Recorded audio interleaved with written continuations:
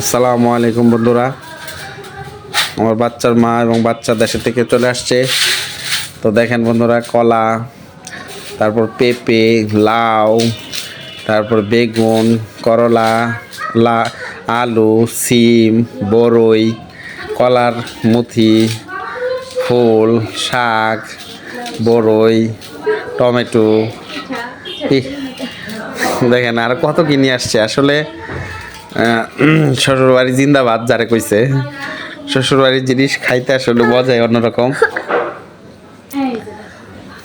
ঠিক আছে, এখানে পিঠা পাঠাইছে আবার। আপনারা আসেন, আমার সাথে শেয়ার করেন, সবার জন্য দাওয়াত রইল। এসে আমাদের সাথে খায়া যান।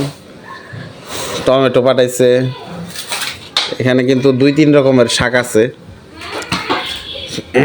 যা বলে আসলে এতগুলি কিভাবে যে খাবো, ফ্রিজে রেখে রেখে খাইতে হইব। যদিও দেখার বিষয়, কতদিন খাইতে পারি। দাঁড়াও বাবা, দিচ্ছি বাবা। এই দেখো না, তোমার নানা কত কিছু পাঠাইছে। কে খাবে এগুলি? এগুলি কে খাবে? মজাটি কে খাবে? মজাগুলি এই পিঠা কে খাবে?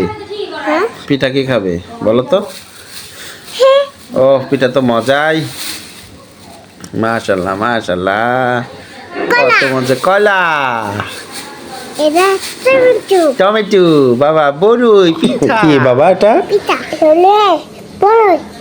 এটা হচ্ছে মেলার থেকে মজা নিয়ে আসছো।